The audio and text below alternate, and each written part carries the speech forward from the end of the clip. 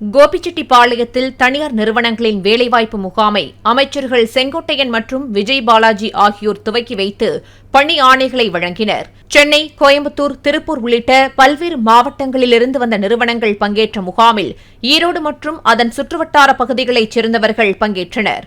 முகாமில் பேசிய அமைச்சர் செங்கோட்டையன் தற்போது ஆட்சி மாற்றத்துக்கு காரணமாக இருந்த இளைஞர்களுக்கு நன்றி தெரிவிப்பதாக கூறினார். நீங்கள் தான் கொதவிக்கரம் நீட்டியவர் என்பதை நான் அறிவேன். ஆகவே உங்கள் அத்தனை பேருக்கும் மீண்டும் ஒருவரை கோடான ஓடி நன்றி மலருங்கள் பாதங்களுக்கு நான் தெரிவித்துக் கொள்கிறேன். ஆகவே இளைஞருடைய உற்சாகம், இளைஞருடைய மாற்றங்கள் தான் பல ஆண்டுக்கு பிறகு ஒரு ஆட்சி மாற்றத்தை இன்றைக்கு உருவாக்கப்பட்டிருக்கிறது.